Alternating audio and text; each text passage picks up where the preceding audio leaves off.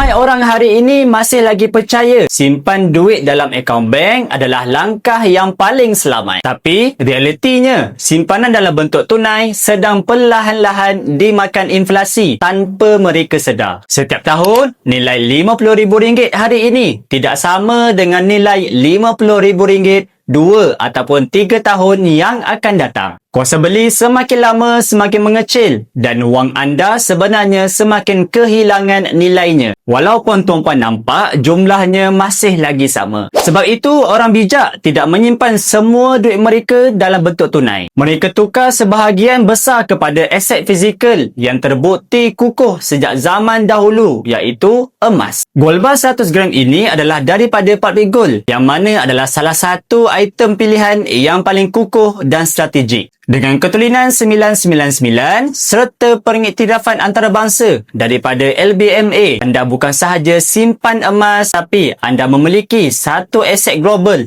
yang diiktiraf di seluruh dunia. Ini bukannya pelaburan risiko tinggi. Ini adalah perlindungan nilai yang terbukti berkesan sejak beribu tahun yang dulu. Kalau anda sudah ada lebihan tunai RM50,000 ataupun lebih, jangan biarkan ianya terperap dalam bentuk nombor digital di dalam akaun bank. Tukarkan dengan segera kepada emas fizikal 100 gram ini yang mana anda boleh pegang, simpan dan wariskan. Pegang emas anda dan anda akan pegang masa depan yang lebih stabil. Jangan tunggu bila duit sudah pun susut nilai, barulah nak bertindak. Simpan emas sekarang dan lindungi hasil titik peluh anda sebelum ianya hilang perlahan-lahan tanpa anda sedar. Bagi yang ingin mengukuhkan kewangan dengan simpanan emas bersama Pabrik Gold, boleh tengok pin video tutorial di profil. InsyaAllah saya bantu sebaiknya.